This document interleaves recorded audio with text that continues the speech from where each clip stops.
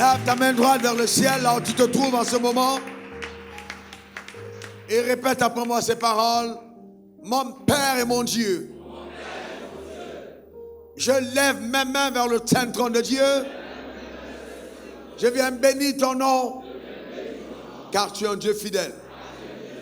Je décrète, je déclare et j'établis qu'à cause de la foi placée en la personne de Jésus, mon Sauveur et mon Rédempteur, je suis consciemment condamné à vivre une vie de pleine distinction dans ma génération par la puissance merveilleuse et étonnante de Dieu au nom suprême de Jésus. Je me refuse toute alternative pour l'échec. Je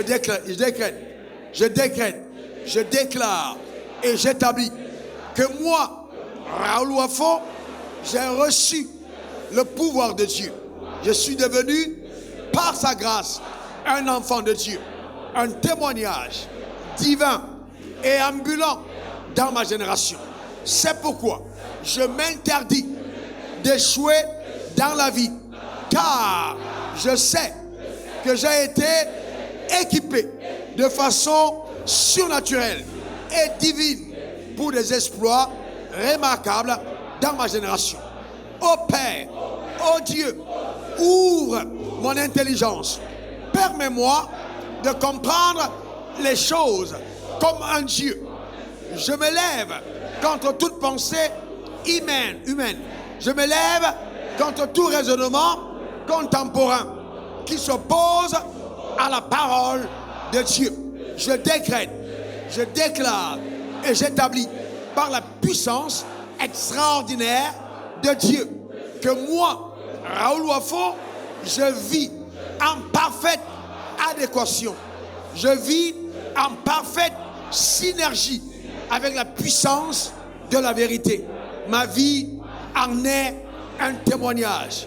Je suis béni et non maudit, élevé et non rabaissé, distingué et non anonyme, en haut et non en bas, en bonne santé et non malade, sage et non sot, fort et non faible.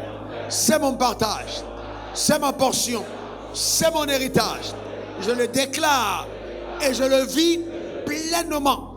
Qu'importe l'adversité à laquelle je ferai face ou auquel je ferai face, je suis armé, divinement équipé pour terrasser les montagnes, pour renverser au Père les barrières, pour fermer la gueule des lions, tuer l'ours et faire tomber le Goliath de ma destinée. Je suis un tueur des géants, un tueur des géants, un tueur des géants, car la bibliothèque divine est à moi par son pouvoir souverain. Au nom suprême de Jésus, donne-moi amen 3 fois. Acclame très fort le Seigneur. Acclame encore très fort, c'est pas une simple déclaration. Acclame très fort. Amen. Amen. J'ai beaucoup prié pour toutes les personnes qui vont écouter ce message. Parce que le plus grand problème que nous avons, c'est le regard que nous portons sur nous-mêmes. Et souvent, le regard que nous portons sur nous-mêmes, nous l'attribuons à autrui, alors qu'en fait, c'est nous qui avons un problème. Donc, la Bible dit, si la lumière qui est en toi est ténèbre, alors grandes seront ces ténèbres. Donc, si ton œil, voyez-vous, ton œil a un problème, alors ta vie sera totalement plongée dans les ténèbres. Que Dieu t'éclaire.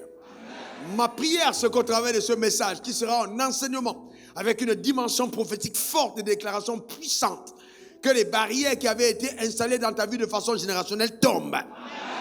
Je suis en train de te dire que même dans tes os, il y aura un renouvellement de chromosomes. Je suis très sérieux, il y aura un renouvellement de chromosomes. Tu vas voir en toi génétiquement une métamorphose. À l'intérieur, quelque chose prendra place par la puissance de la vérité, relâchée sur cet autel au nom suprême de Jésus. Et tout autour de toi commenceront à prendre les couleurs de tes pensées.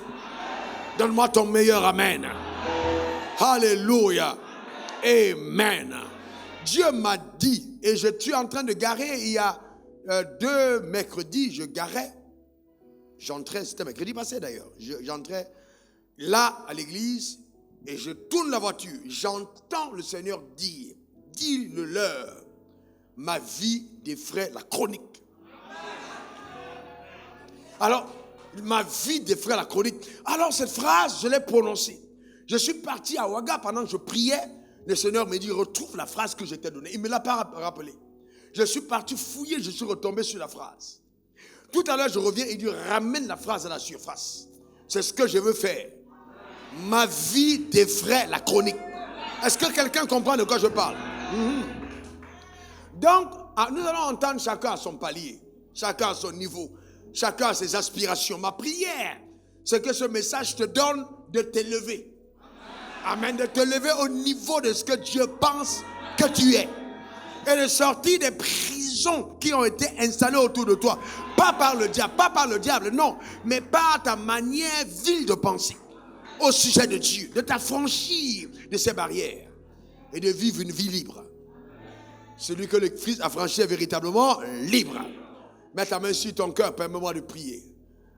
Père, au nom suprême de Jésus, je veux te rendre grâce pour la vérité. Merci pour la haute responsabilité que tu me donnes, car tu fais de moi un canal de vérité.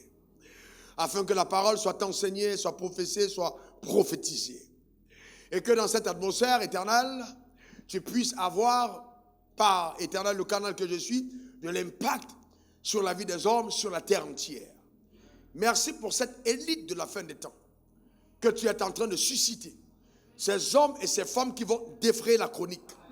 Défrayer la chronique pour le royaume des cieux. Qui vont faire mentir les préjugés de l'enfer. Qui vont donner à quiconque avait douté de la capacité de Dieu d'agir, de voir par leur vie et par leur modèle la preuve et l'évidence que l'évangile marche. Père, je veux te rendre grâce, car cette personne est peut-être dans cette salle ou est en train de m'écouter quelque part. Je crois que tu t'adresses à quelqu'un, que tu parles à quelqu'un. Père, je prie donc, oh Dieu, que tu ouvres notre intelligence et que tu nous permets de saisir la profondeur de ta pensée. Élargis en nous l'espace de notre tente.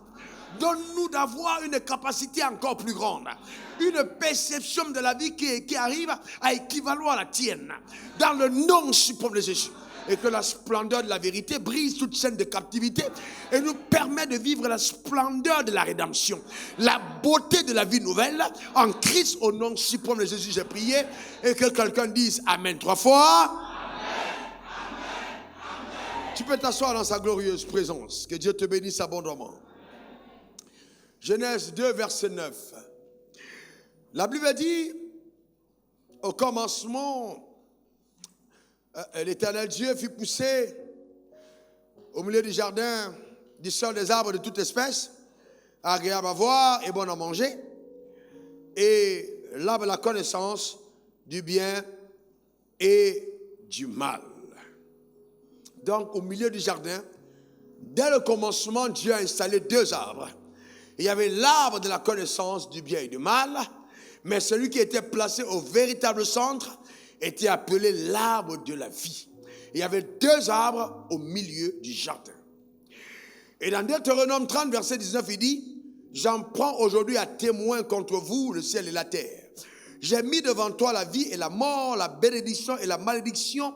Choisis la vie afin que tu vives, toi et ta postérité. Nous pouvons donc remplacer vie par succès et puis mort par échec. Bénédiction par succès et puis malédiction par échec. Eh bien oui, donc, et c'est très important que nous le comprenions. Dès le commencement, Dieu a voulu que le succès soit un choix. C'est-à-dire que nous devons choisir. Vous voyez, réussir a toujours été un choix. Ce n'est pas quelque chose d'imposé à l'homme, mais un choix. Et Dieu dit, je te conseille de choisir la vie, de choisir la réussite, de choisir le succès et non la mort et l'échec. Donc c'est très important que nous le comprenions. Dans Proverbe 22, verset 2, il est écrit, le riche et le pauvre se rencontrent, c'est l'Éternel qui a fait l'un et qui a fait l'autre. Alors souvent nous voyons ce texte et nous disons oui, mais dans tous les cas, si je suis pauvre, alors si je n'ai rien dans la vie, c'est parce que Dieu a décidé que je sois pauvre. Eh bien, je vais te dire ceci. Dieu n'a jamais décidé que tu sois pauvre. Il n'a pas pris de décision de cette nature. Il est simplement en train de dire que le riche et le pauvre ont été tous deux créés par Dieu. Et nous savons que Dieu est bon. Dieu ne fait rien de mauvais. Il a des projets de paix et non de malheur. Il a des projets de réussite. Il veut que chacun d'entre nous explose dans le domaine de son appel. Mais cependant, certains n'arriveront pas à exploser. Pas par la faute de Dieu, mais par conséquence des mauvais choix qu'ils auront faits dans la vie.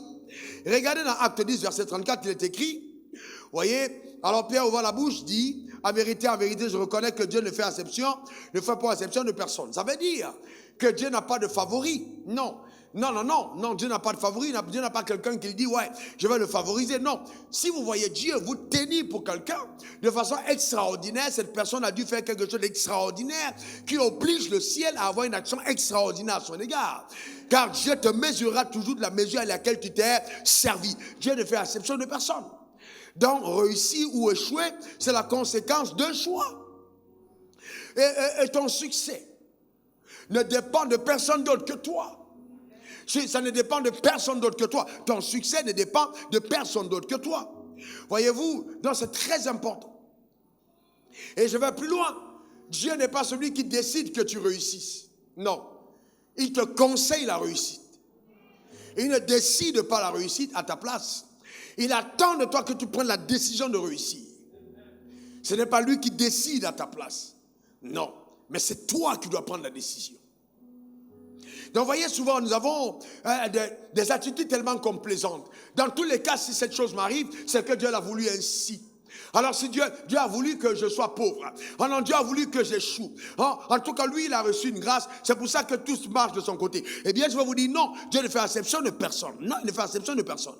Il y a des choses que vous devez découvrir au travers de la vie des personnes qui ont fait l'expérience du succès. Vous voyez, parce que derrière le succès se cachent justement certains secrets qui ont été minutieusement déployés et activés, qui ont permis à la personne d'avoir des résultats différents.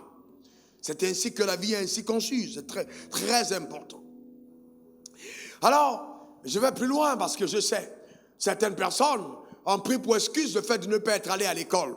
Oh, moi, je ne suis pas allé à l'école, hein, mais il n'y avait personne qui m'envoyait à l'école. Mes parents étaient pauvres. Laisse-moi te dire que ce n'est pas une excuse. Ce n'est pas une excuse valable. Parce que nulle part dans la Bible, que tu lis tous les jours et tu crois être la parole de Dieu, et elle est la parole de Dieu. Joseph n'est allé à l'école. Mais Joseph avait un rêve au fond de lui qui venait de Dieu. Il a cru en ce rêve. Il n'a pas été diplômé de Harvard University, mais il s'est simplement tenu sur la confiance qu'il plaçait à son Dieu et il a réussi sa vie. On a plein d'exemples de personnes qui ont percé dans la vie sans aller à l'école. Donc, ne dis pas, je ne suis pas allé à l'école, c'est pour ça que ma vie ne peut pas réussir. Ce n'est pas assez éloquent, ce n'est pas suffisant, d'accord, pour justifier le fait que tu t'asseyes sur le banc de l'échec. Lève-toi de là, ce n'est pas ta place. Voilà, quelqu'un d'autre dira, non, je n'ai personne pour m'aider. Vous allez vous rendre compte dans cet enseignement que ça, ce sont, vous voyez, des alibis farfelus qui ne tiennent pas devant Dieu. Pas du tout, parce que Dieu t'a créé. Et donc, s'il y a quelqu'un qui doit t'aider, c'est celui qui t'a créé. Amen. Est-ce que quelqu'un comprend ça? Même ta mère qui t'a eu dans le ventre n'est pas responsable de ta venue sur terre. Que quelqu'un me donne le meilleur amen. Même ton père qui t'a lâché dans le ventre de ta mère n'est pas le premier responsable de ta venue sur terre. Donc arrête de te plaindre en disant personne n'est là pour m'aider. Non, non et encore non. Troisième, voyez, j'ai vu des gens qui disent non, oui, voyez, c'est parce que je suis noir, surtout des noirs qui sont en Occident, je suis noir, si j'étais blanc, on m'aurait donné ce marché. J'ai dit encore, ça ne tient pas. C'est pas vrai du tout. C'est pas vrai du tout encore. C'est pas vrai. Je suis d'accord qu'on a des sociétés qui sont xénophobes et qui sont racistes, mais je vais te dire une chose, les secrets que je vais t'enseigner aujourd'hui vont transcender ces barrières. Aucune barrière ne va tenir devant toi. Tu seras à même de franchir chacune d'entre elles et faire des exploits dans ta génération dans le nom suprême de Jésus. Le drame, c'est qu'on voit des croyants avoir les mêmes excuses. Et c'est terrible qu'ils prennent des excuses comme les païens. C'est pas normal. Où est passé ton Dieu? Où sont les évidences de ta foi? Écoute-moi attentivement. Et ça, j'entre dans la profondeur de mon message. Être devenu croyant, être devenu chrétien, venir à l'église n'est pas, voyez-vous, un moyen d'échapper aux difficultés de la vie, même aux multiples travers de la société. Non, la vie aura toujours des travers. On aura toujours des difficultés dans la vie, toujours. Vous savez, quelqu'un m'a dit tout à l'heure dans mon bureau, Abidjan est dur. Je lui ai dit pas comme le jardin d'Éden. Et j'ai répondu spontanément, pas comme le jardin d'Éden. Et il m'a regardé, j'ai dit, à Abidjan, il y a des voitures. À Abidjan, voyez-vous, il y a des scies à moteur. Mais dans le jardin d'Éden, on marchait à pied. Dans le jardin d'Éden, on avait un travailleur aux mains nues qui devait être à même d'inventer lui-même ses outils de travail. Dieu n'a jamais voulu que la vie soit facile. Sauf les paresseux prennent la difficulté comme étant une raison valable pour empêcher leur réussite. Je prophétise sur ta vie, tu réussiras. Ton amen m'embête. Donne-moi le meilleur des amens. Tu réussiras. Est-ce que quelqu'un comprend ça? C'est très important. Donc, on ne parvient pas à l'église pour échapper aux difficultés de la vie. La prière ne va pas nous soustraire de nos responsabilités sociétales. Non, tu vas prier, tu vas jeûner, mais tu dois travailler. Amen, c'est très important. Tu dois travailler. Tu dois travailler, c'est important. Donc c'est important qu'on comprenne cela et que notre mentalité soit totalement changée. L'église est un endroit où nous venons pour être équipés de la vérité, armés, enseignés, pour rentrer dans le monde et faire face aux difficultés et au travers de la société, les confronter, mais avec une autre puissance, un autre savoir, activer un autre levier qui nous permet d'être au-dessus de tout ce que la société présente comme difficulté. C'est cette nouvelle génération, c'est cette nouvelle race que Dieu m'a mandaté, justement déguillonner. Dieu m'a mandaté de bâtir. La race des personnes qui vont faire mentir les préjugés, les personnes qui vont affranchir leur génération. Donne-moi ton meilleur amen. Je ne sais pas si tu es venu sur la terre accompagner les autres. Ta manière d'être assis sur ton banc, on dirait que tu es complice de ton histoire du passé. Déclare, je ne suis pas venu sur terre accompagner les autres, parce que Dieu a un plan pour ma vie. Déclare-le encore. Amen. Assieds-toi. Ne tombe pas sur ta chaise, s'il te plaît. Royalement, assieds-toi. Élégamment. Comme quelqu'un qui sait où il va et qui est en train de prendre les rênes de la société. Ce n'est qu'une question de temps. Il y a des personnes qui sont tout autour de vous, vous les voyez là. Elles sont peut-être venues à pied sous la pluie. Vous les avez éclaboussées parce qu'il n'y a plus dans la ville. Mais demain, quand vous les regarderez, vous n'aurez même pas l'occasion de reconnaître que c'était les mêmes personnes qui sont venues. Le Dieu que nous servons est puissant. Et je vois la puissance de Dieu à l'œuvre, en train de travailler et de créer une métamorphose intérieure dans la vie de quelqu'un. Donne-moi ton meilleur amen. Dis encore amen. Frères et sœurs, je ne suis pas un discoureur, je suis un prophète. Donc prenez au sérieux tout ce que je suis en train de dire. Ce ne sont pas des discours. Romains 5, verset 17, il est écrit: si par l'offense d'un seul, la mort a régné par lui seul, à plus forte raison, ceux qui reçoivent l'abondance de la grâce et du don de la justice régneront-ils dans la vie? Régneront-ils dans la vie par Jésus-Christ, lui seul? Eh bien donc, Jésus dit, dans la vie, nous régnons par lui. Il est plus que suffisant pour nous permettre de régner. Lève ta main droite et déclare: je régnerai dans la vie. Encore une troisième fois. À titre d'illustration, je vais vous montrer un peu certaines mentalités qui ne nous permettent pas d'aller loin et d'aller vite. Alors un jour, j'ai discuté avec un fils et il m'a dit: ouais, mais pasteur, mais tu sais, Jésus a payé le prix pour nous afin que nous ne souffrons pas. Donc si toi tu as souffert, on ne doit pas souffrir. Eh bien j'ai ri et puis c'est un argument qui semble très solide, hein? D'accord, un argument solide. Mais sauf que Jésus a payé le prix et j'ai dormi à la gare Steve. Sauf que Jésus a payé le prix et j'ai touché 15 000. Sauf que Jésus avait déjà dit: tout est accompli à la croix, mais une femme m'a quitté parce que j'avais pas d'argent. Donc frères et sœurs, Jésus a bien payé le prix, c'est vrai, mais ça ne va pas nous priver des responsabilités personnelles que chacun d'entre nous devra entreprendre dans le couloir de sa destinée pour accomplir son appel et réussir sa vie. Laissez-moi vous dire une chose: quand vous êtes appelé à réussir dans la vie, vous laissez des signalements prophétiques, des indicateurs crédibles dans votre démarche et votre cadence à l'avance vers votre futur qui indiquent que vous êtes résolu et déterminé. Donc c'est important, frère. Il est donc important que nous le comprenions. Hein? Que nous le comprenions. Maintenant, on comprend ceci. Tu as été conçu pour réussir. Déclare-le. Encore. Tu as été conçu pour réussir. Ça veut dire que Dieu t'a conçu pour le succès. Dieu qui est omniscient, qui croit qu'il est omniscient, lève la main. Ça veut dire que Dieu connaissait tous les défis auxquels tu allais être confronté. Et il t'a équipé de façon surnaturelle. Et l'équipement qu'il a déposé en toi est un équipement intérieur. Qui est en toi? Qui va t'aider à faire face à tous les problèmes auxquels tu seras confronté pour réussir dans le couloir de ton appel. Donc même si ta mère avait lâché de te donner du lait, quelqu'un d'autre aurait pu le relais. Je te garantis, tu as tout ce qu'il faut pour réussir. Mais cependant, apprécie quand même les mamelles que tu as tétées parce qu'elles ont été disponibles.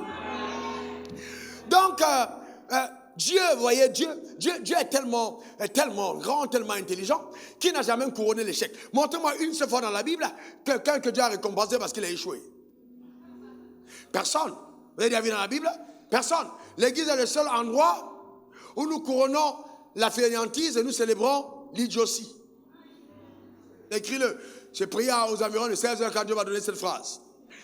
C'est le seul endroit où nous couronnons la fainéantise et nous célébrons l'idiotie. C'est l'église. On célèbre la fainéantise et on couronne la fainéantise et on célèbre l'idiotie. Donc, voyez-vous, et quand vous regardez la Bible, vous voyez Dieu. Parce qu'en fait, on peut dire non, c'est révérend, faux, il est assez exigeant. Ça n'a rien à voir avec moi. Montrez-moi un seul endroit dans la Bible où Dieu a célébré un petit exploit. Jamais. Non. Il parle de David. David a tué le lion, David a tué l'ours. Mais il n'a pas parlé du jour où David a tué le lièvre. Il n'a pas parlé du jour où il a tué l'antilope. Pourquoi? Parce que ce n'est pas une référence. Il y a des témoignages qui ne sont pas des références. Et Dieu dit, ça n'est pas la peine de le noter. Quand il a affronté Goliath, on a parlé en détail de sa cadence, de sa marche, des détails de ses frères. Mais d'autres, on n'a pas mis des détails. Pourquoi? Parce que ce n'est pas inspirant pour toi. Dieu ne voulait pas que tu sois un tueur de lièvre, mais un tueur de lion.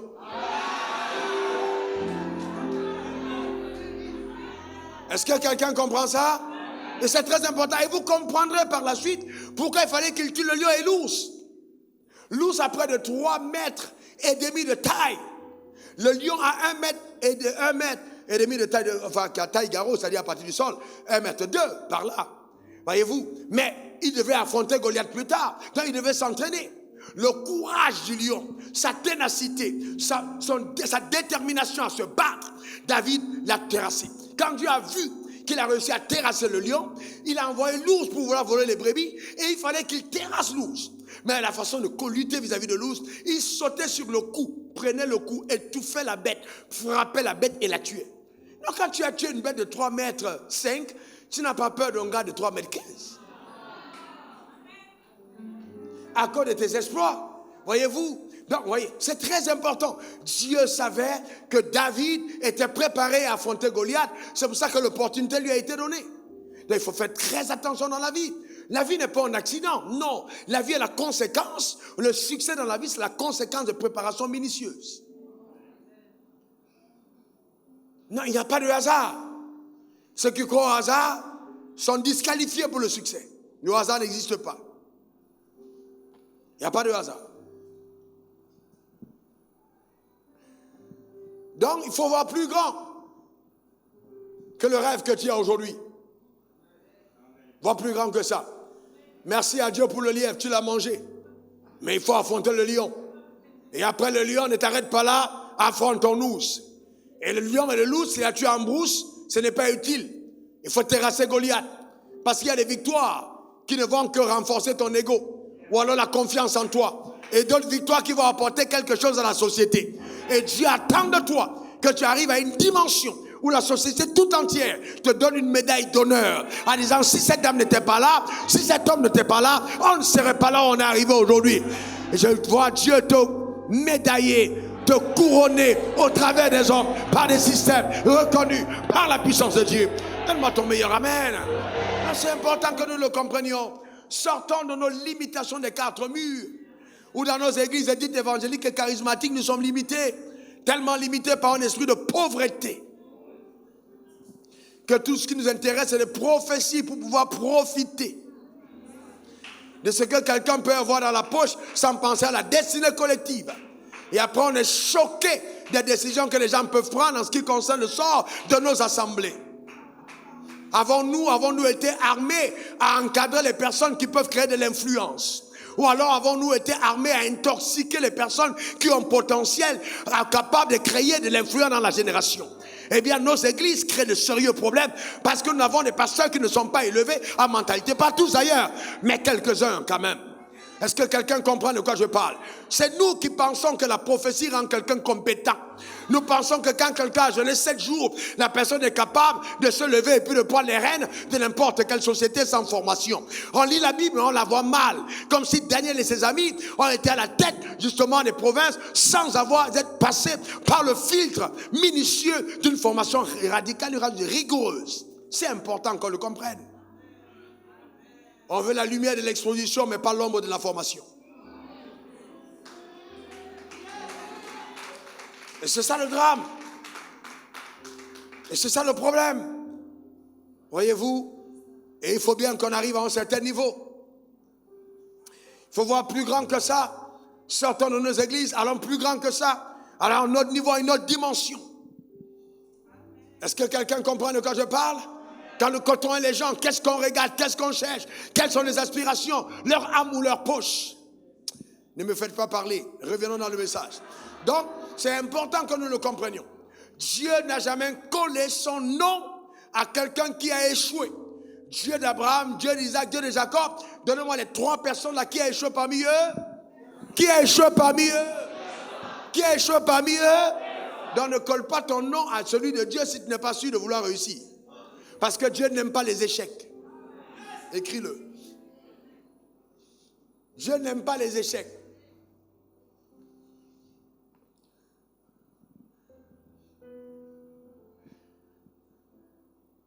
Amen. Et aller au ciel sans avoir accompli ses responsabilités terrestres est un échec.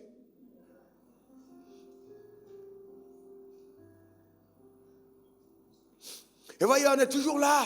Et mentalité, oui, hein, le serpent de Moïse, il a avalé celui de Pharaon. Mais je vais vous poser une question.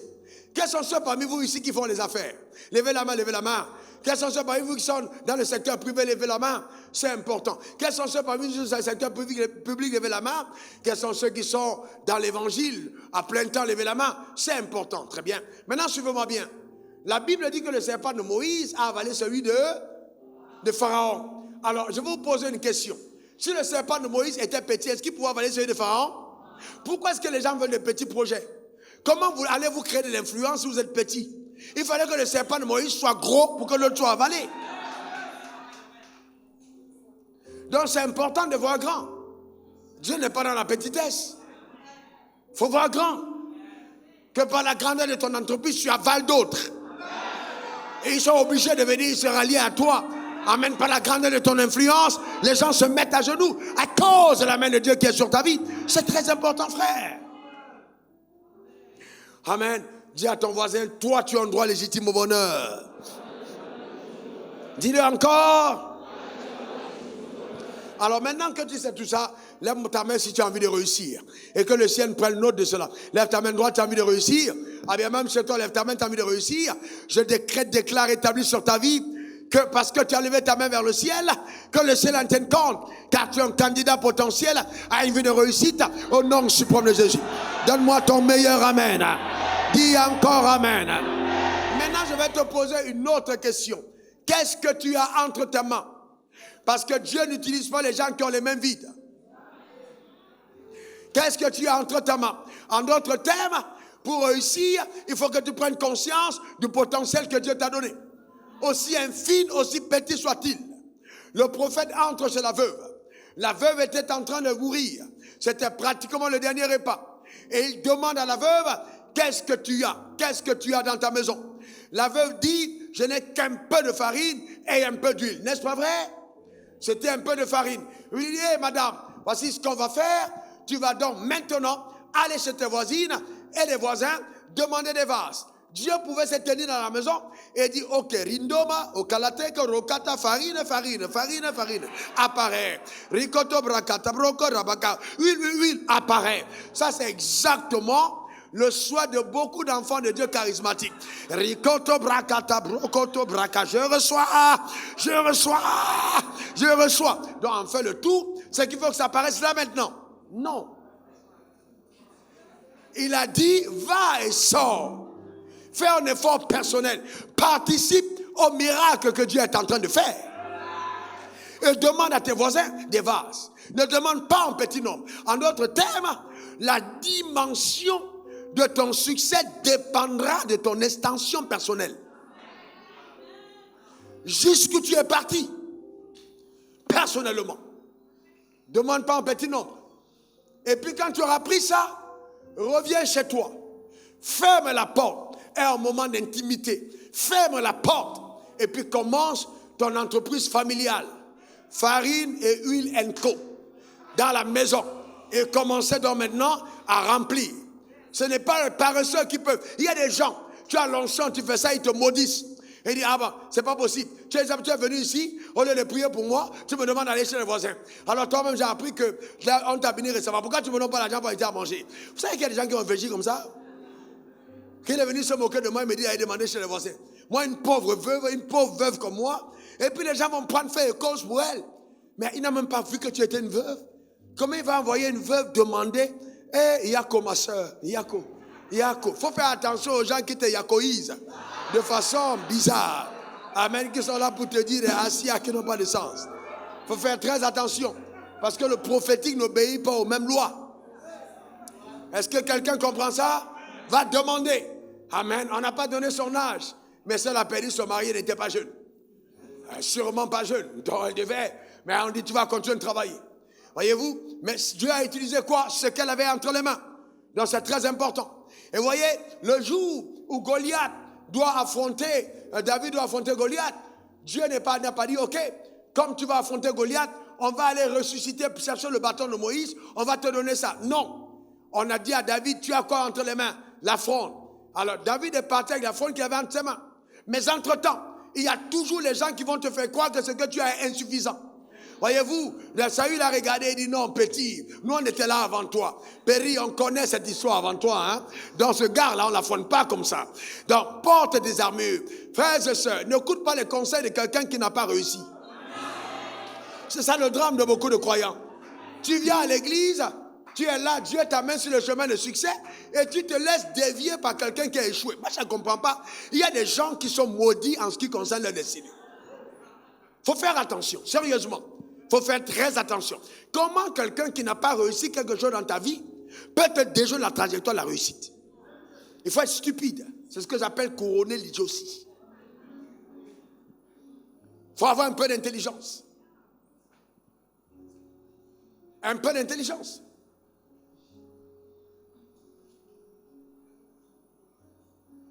Ça lui dit, viens porter mon armure. David, pour obéissance à son roi, prend quand même l'armure. Il pose un pas, il pose deux, il dit, Excellence, là, je suis mal à l'aise. Moi, je suis un broussard. Je ne connais pas le protocole de l'armée, mais j'ai appris à combattre d'une autre manière. Je vais combattre avec le nom de Dieu. Parce que ça, là, c'est trop lourd pour moi. Ce nom-là est puissant, mais il est léger. Je vais l'utiliser pour pouvoir terrasser un ennemi lourd. Est-ce que quelqu'un comprend de quoi je parle? C'est très important. Il est parti avec quoi? Il est parti avec sa fronde. Il a fait tomber Goliath. Ensuite, on a le même, on a plein d'autres cas. Jésus lui-même, face à ses disciples, qu'est-ce que vous avez? Nous n'avons que 5 pains et 2 poissons. Il dit, ok les gars. Les gars lui disent, attends, toi tu es en train de faire quelque chose de terrible. Tu veux nourrir tous ces hommes-là? Toutes les boulangeries du coin ne peuvent pas gérer ce problème. Donc s'il te plaît, ne nous mets pas dans les problèmes. On comprend, tu aimes les gens, mais là, laisse-les partir. Ils vont se débrouiller eux-mêmes. Jésus dit, qu'est-ce que vous avez? 5 pains et 2 poissons. Il rend grâce. Et puis le miracle se produit. Il y a toujours les incrédules quand Dieu est en train de faire quelque chose. Quand Dieu veut faire un miracle, il y a toujours les gens qui pensent que ce qu'on a entre les mains est insuffisant. Quand vous ne comprenez pas le langage spirituel, vous passez à côté des opportunités de Dieu parce que vos yeux ne regardent qu'au naturel. Je vais vous montrer comment ça marche. Donne-moi le meilleur des amens. Je vais vous montrer comment ça marche. C'est important qu'on comprenne ça. Et puis, dans le cas de Moïse, Dieu a utilisé son bâton pour ouvrir la mer Rouge.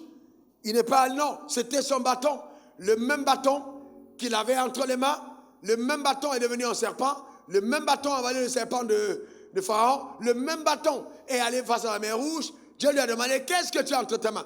Dieu n'a pas dit, ok, comme on est face à la mer Rouge et qu'il y a un autre problème, alors maintenant on va faire... Non, Dieu a dit, il n'y a pas de problème. Le même bâton, le même, étends-le vers la mer.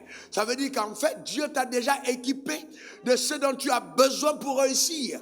Et ton échec vient de ta mauvaise perception du potentiel entre tes mains. Et le fait que tu regardes à ce que quelqu'un d'autre possède pour pouvoir atteindre ou terrasser le géant de ta destinée. Garde ta fronde. Et valorise-la. Amen. Il faut valoriser ta fronde.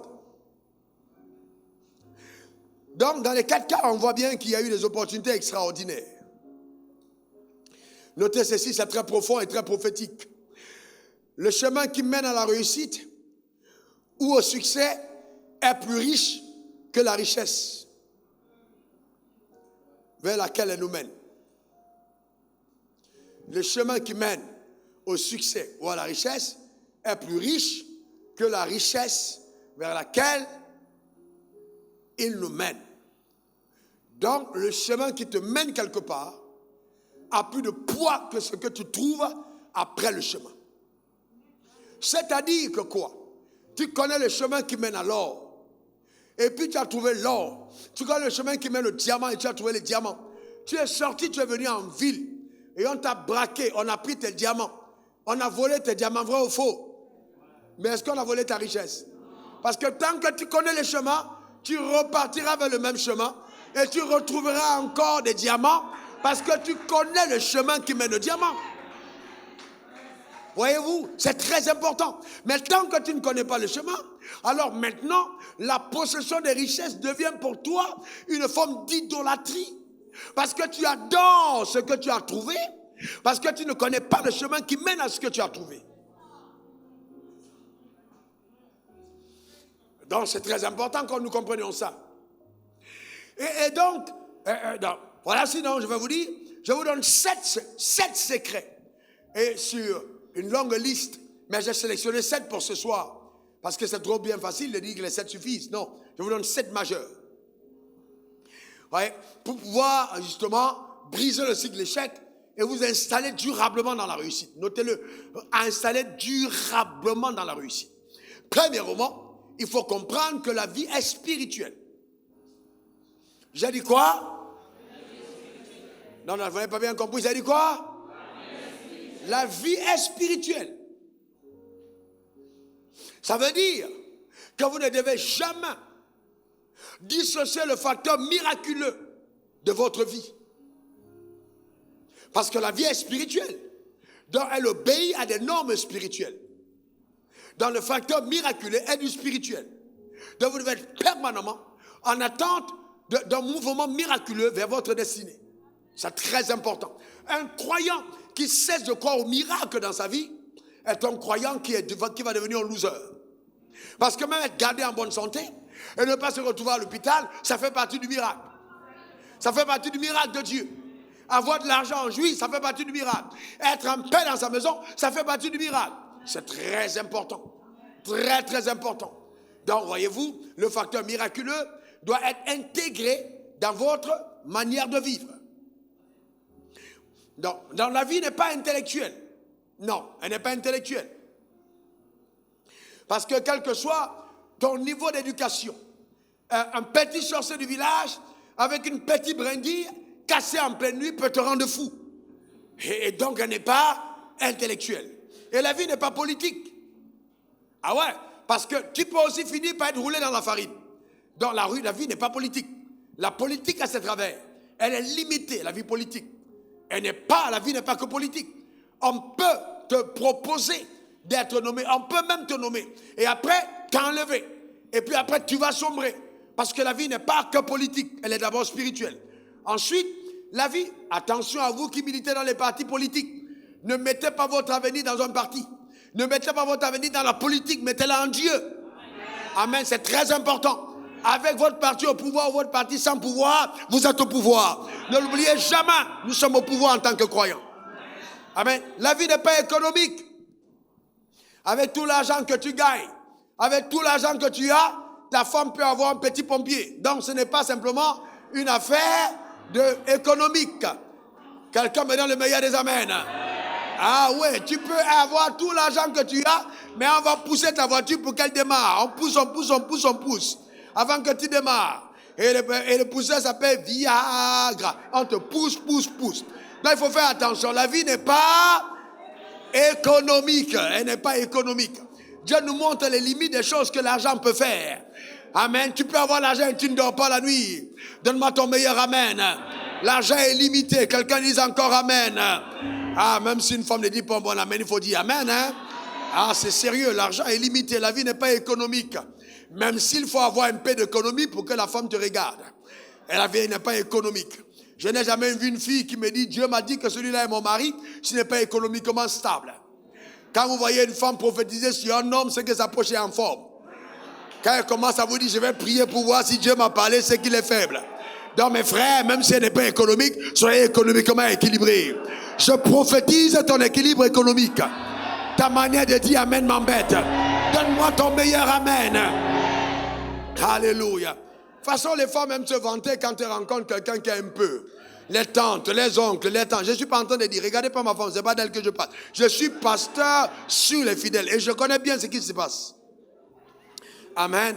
Et puis même souvent elle mente, hein. Elle vous dit oui, il est ci, il est ça, parce qu'elle veut se faire valoir par sa puissance. Restez calme, tout va bien. La vie n'est pas que philosophique. La vie n'est pas que philosophique. Elle n'est pas philosophique, pas du tout. Notez ça. Et ça c'est pour les philosophes. C'est un clin d'œil pour vous. Bien que souvent, amen, c'est pour les philosophes. Hein, j'ai noté une phrase quand je priais. Bien souvent, ils parlent de ce qu'ils ignorent. Et font parler nos silences en faveur de leur ignorance aveuglée. Ça, c'est pour les philosophes. Bien souvent, ils parlent de ce qu'ils ignorent. Et font parler nos silences en faveur de leur ignorance aveuglée. Non seulement ils sont ignorants, mais ils sont aveuglés. Et parce qu'on se tait et on ne répond pas à les inepties, ils font parler nos silences en leur faveur. Mais la vie n'est pas philosophique. La vie, elle est spirituelle. Et c'est pourquoi, à force de raisonner en pensant que Dieu n'est pas là, eux-mêmes, ils deviennent fous aux yeux des hommes. Vous n'avez pas vu que plus on pousse dans la philosophie, plus on devient fou. À l'apparence, les gens même commencent à dire, ce gars-là n'est pas normal. C'est Dieu qui est en train de confondre ton langage. Point numéro 2. Et la foi en Dieu. Et la foi, avoir la foi en Dieu. Si la foi est en spirituel, numéro 2, pour réussir et briser le cycle de l'échec, il faut avoir la foi en Dieu. C'est la foi en Dieu qui va stopper le cycle de l'échec. Car la foi est le seul vrai antidote contre l'échec.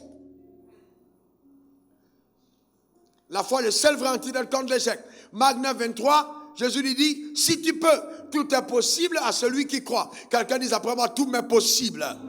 Non, déclare-le encore. Une troisième fois. Eh bien, tout est possible à celui qui croit. Donc, notez,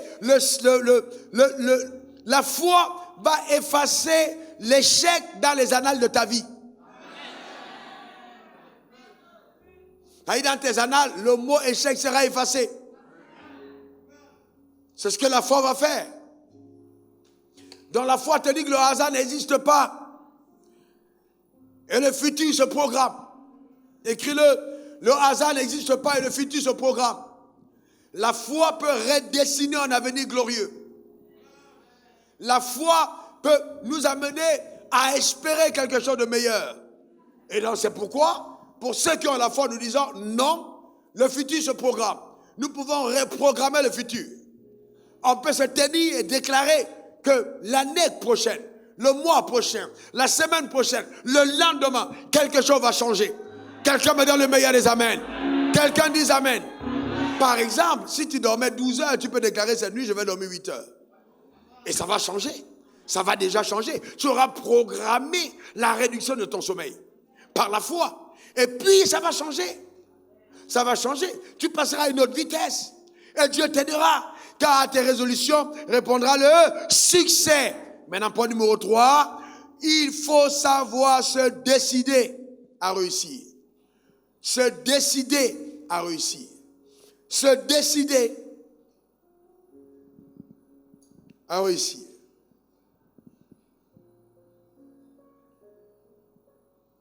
Il y a un très grand pouvoir qui est généré par la volonté.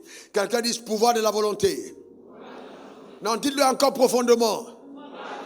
Une troisième fois. Il y a un très grand pouvoir qui est généré par la volonté. Ah bien, celui qui veut, il peut. Dans l'homme qui était impur, il a dit à Jésus, si tu veux, tu peux me rendre pur. Jésus a dit, si je veux, tout est possible à celui qui croit. Qu'est-ce qu'il faisait?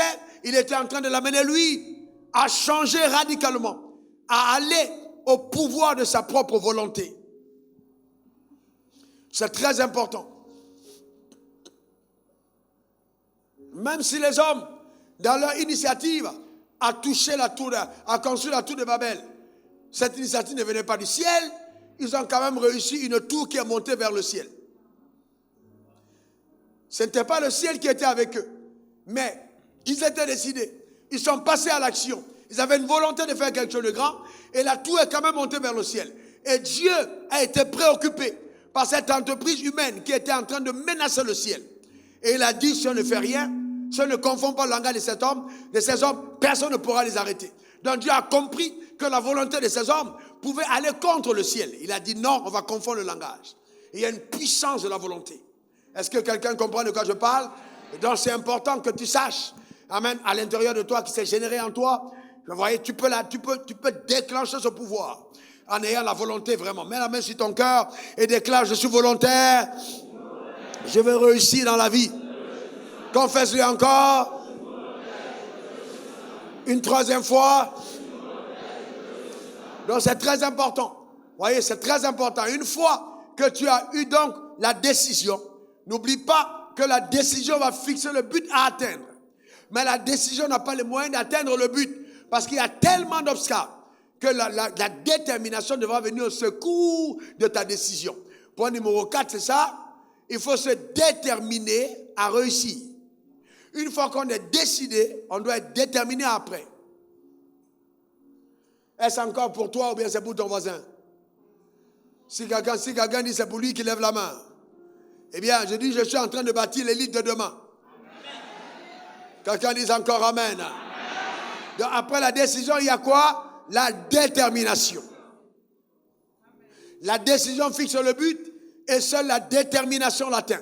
Quelqu'un dit, je suis déterminé. Quelqu'un dit encore, je suis déterminé. C'est très important. La détermination. Il faut être déterminé. Donc, il faut aussi comprendre qu'une fois que tu es décidé, pourquoi il faut la détermination? Parce que ta décision va susciter l'animosité de l'enfer. L'enfer va se mettre en branle contre toi. Parce que Satan ne veut pas voir des personnes qui réussissent. Il s'appelle le voleur qui vient pour dérober, égorger et détruire. Et il veut s'attribuer toutes les couronnes du succès. Il veut être maître derrière toutes les réussites. Et donc, comme tu ne l'as pas consulté, et comme tu es en train de migrer vers la hauteur, à la place qui est tienne, il va dresser toutes les embûches. Il va mettre tout sur ton chemin, les pots de banane, la trahison des frères, la déloyauté et les coups bas pour t'amener à tomber. Mais sois de cette race de personnes qui dit, celui qui va me détruire n'est pas encore né. Est-ce que quelqu'un comprend de quoi je parle? Celui qui va me détruire n'est pas encore né.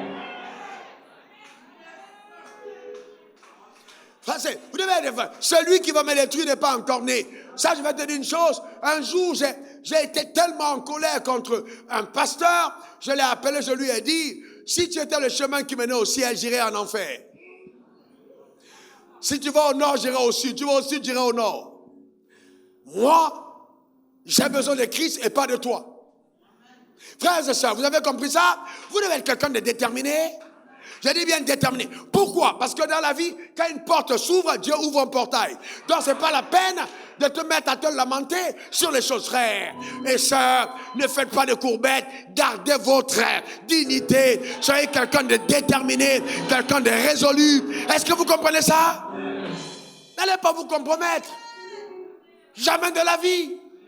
Aujourd'hui, on a des jeunes gens qui vont sacrifier leur arrière pour une promotion. Tu n'as pas honte? Comment peux-tu sacrifier ton avenir? Oh, on m'a dit qu'on va donner 50 millions si il fait ça pour avoir tel contrat. Tu penses que le diable est bête? Il t'a donné 50 millions pour un contrat pour que tu couches avec un autre homme? Mon frère, tu as pris au piège. Il y a des démons qui sont entrés, tu ne vas plus t'en sortir. Celui qui pêche esclave du péché. Ton âme a été prise. On a siphonné ton étoile. Et ce n'est pas la blague. Et il y a des femmes qui tombent dans ce même piège. Faites attention. Quand on vous parle, vous ne comprenez pas. Frères et sœurs, la détermination va te plonger dans un lot de résolutions. C'est-à-dire quelqu'un de déterminé est quelqu'un qui vit résolu. C'est-à-dire, il y a une stricte discipline qui accompagne tes résolutions. Stricte discipline. Et c'est là où les gens n'aiment pas. Vous savez, moi, Raoul Wafo, je lève la main vers le ciel et Dieu a été moi. Je ne suis jamais entré en contact avec une relation de mon père spirituel. Avec un contact trouvé dans l'environnement de mon père spirituel pour un soutien. Jamais. Et je mourrais sans le faire. Même quand les gens m'ont contacté, ah oui, t'es en Côte d'Ivoire, on peut te soutenir, je n'ai pas donné suite. Parce que je ne m'attire pas des malheurs. C'est le soutien de mon père spirituel, ce n'est pas mon soutien. L'ami de mon père spirituel n'est pas mon ami. Je ne blague pas avec les lois spirituelles. C'est ce qu'on appelle quelqu'un de résolu. La résolution. Je n'ai jamais emprunté un centime à qui que ce soit. Je n'ai jamais demandé un centime. Depuis que je suis né de nouveau jusqu'à aujourd'hui à qui que ce soit. On est une assemblée, on est à plus de 3000 personnes, on a plus de 10 000 personnes qui ont transité par ce lieu. Qui sont impactés dans le monde, c'est des centaines de milliers. Personne ne vous dira, Raoul m'a appelé pour demander un centime. Je ne le fais pas et je mourrai sans le faire. Ce n'est pas de l'orgueil, c'est la détermination. Je suis quelqu'un de résolu. Vous comprenez ça?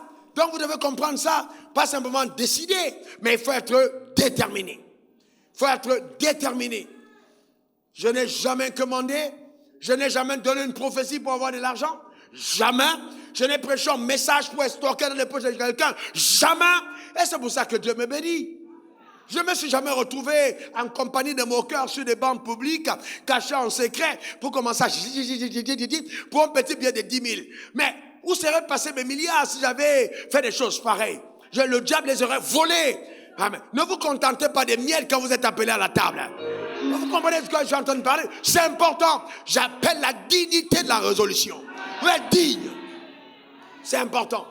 Il y a ici parmi vous, je peux me lever, je dis, ok, toi, tiens-toi debout, donne-moi 1 million, donne-moi plus. Vous allez donner. J'ai dit, tiens-toi, 500 000, tout. Vous allez donner. Mais je ne ferai pas. Je mourrai sans le faire. Si tu veux me faire plaisir en disant que tu vas donner à Dieu pour que je t'acclame, tu vas donner ailleurs, ce n'est pas ici. Est-ce que, frères et sœurs, nous devons avoir de la dignité, de la constance. Il ne faut pas entrer dans les jeux d'enfants, les jeux de... J'ai vu jusqu'à ce que des gens... Attends, frère, la résolution, la détermination, frère. Comment est-ce que ton père peut te donner l'argent à garder et tu manges? Ton père? Hey!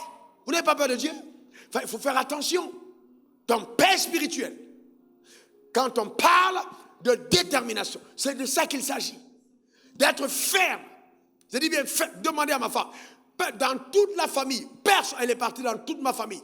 Personne ne vous dira, ce gars m'a donné sa parole, il n'a pas tenu. C'est pas possible. Ça n'existera pas parce que je suis quelqu'un de déterminé. J'habitais à 200 mètres de la maison de ma mère. Et je touchais 25 000 francs CFA. Je n'ai jamais dit ce que je touchais.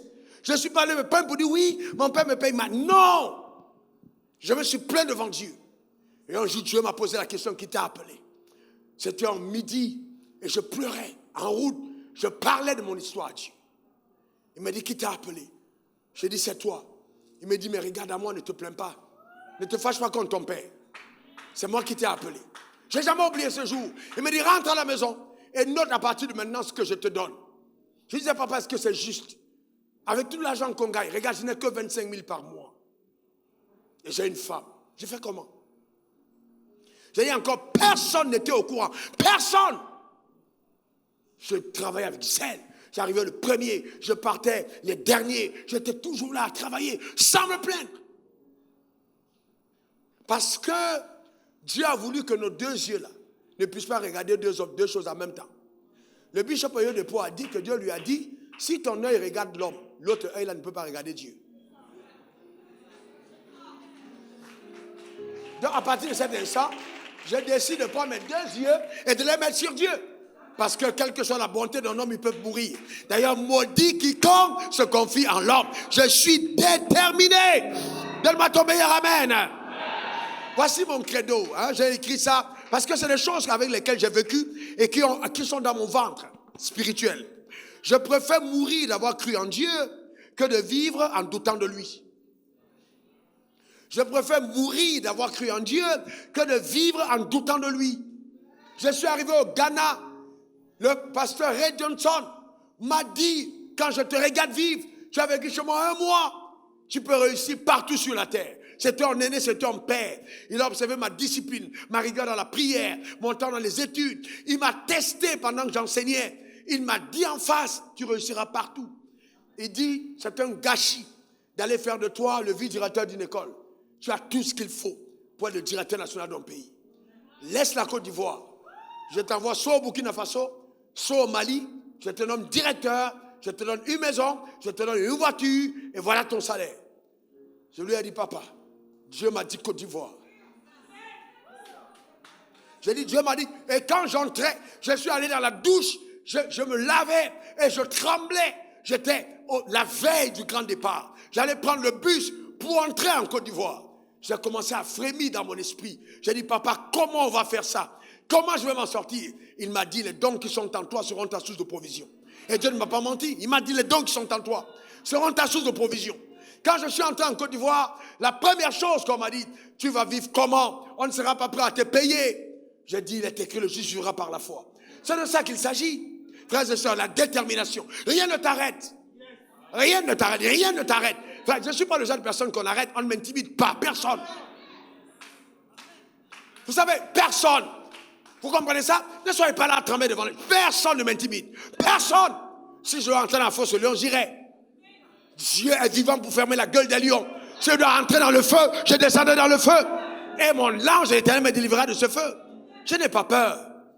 Parce que je crois en Dieu. Ne soyez pas des poules mouillées. On parle d'un sacerdoce royal d'une nation sainte. C'est des personnes race élue. Race élue. Et tu trembles devant les petits problèmes. Tu trembles. Race élue. Tu as peur de quoi? Avance. Avance. Avance. C'est de ça qu'il s'agit. Le drame, c'est d'avoir un paquet de religieux mélangés aux croyants. Et ça sent mauvais.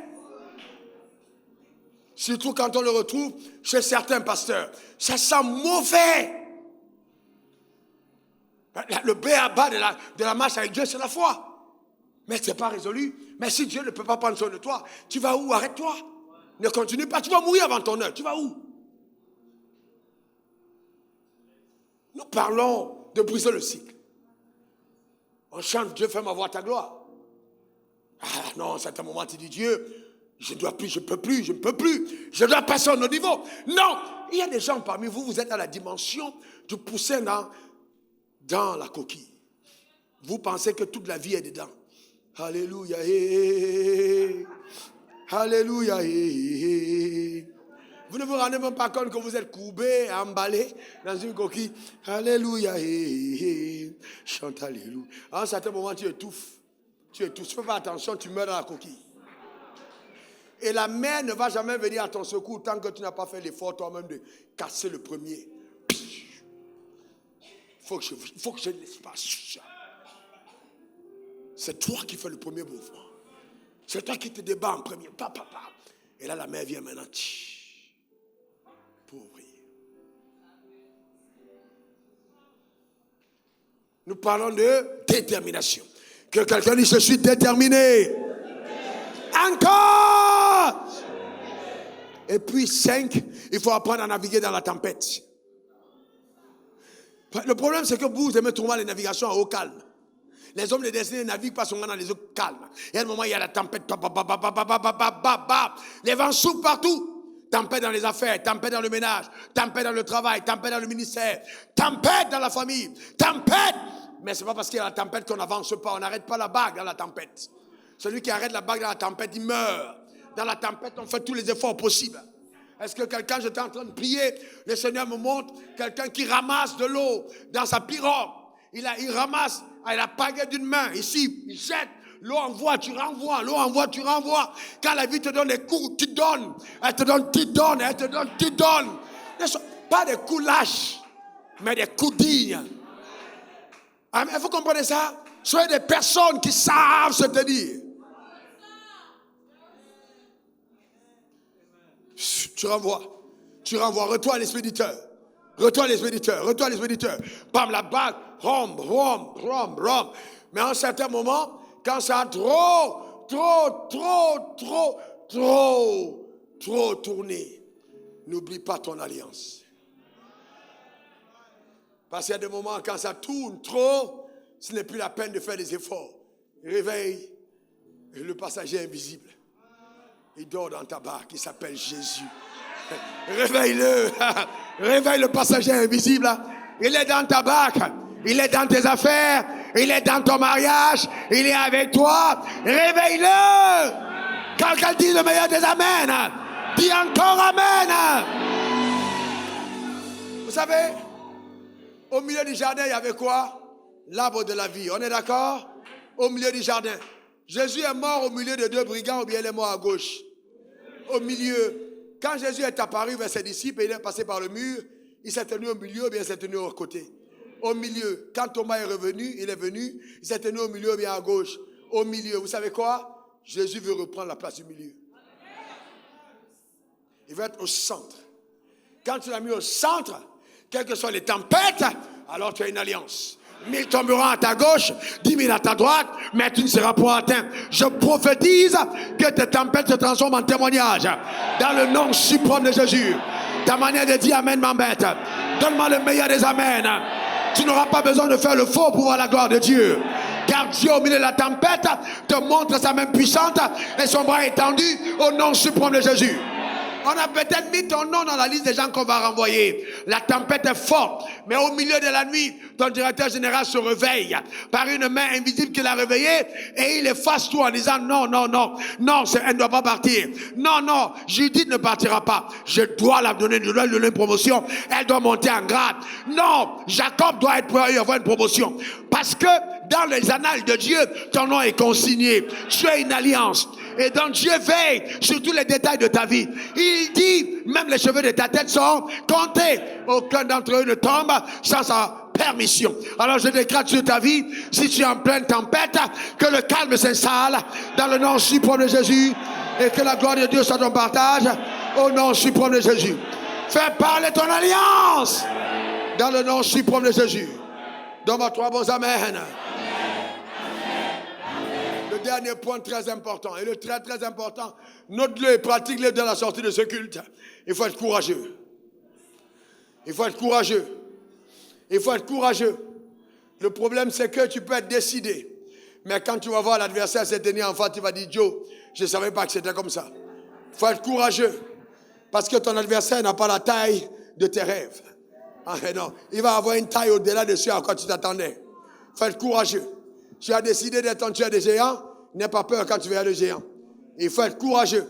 N'oublie pas que Dieu est avec toi. Amen. La main de Dieu est sur ta vie. La grâce de Dieu t'accompagnera. La puissance de Dieu te gardera dans le nom suprême de Jésus. Il faut être courageux. David était un homme courageux.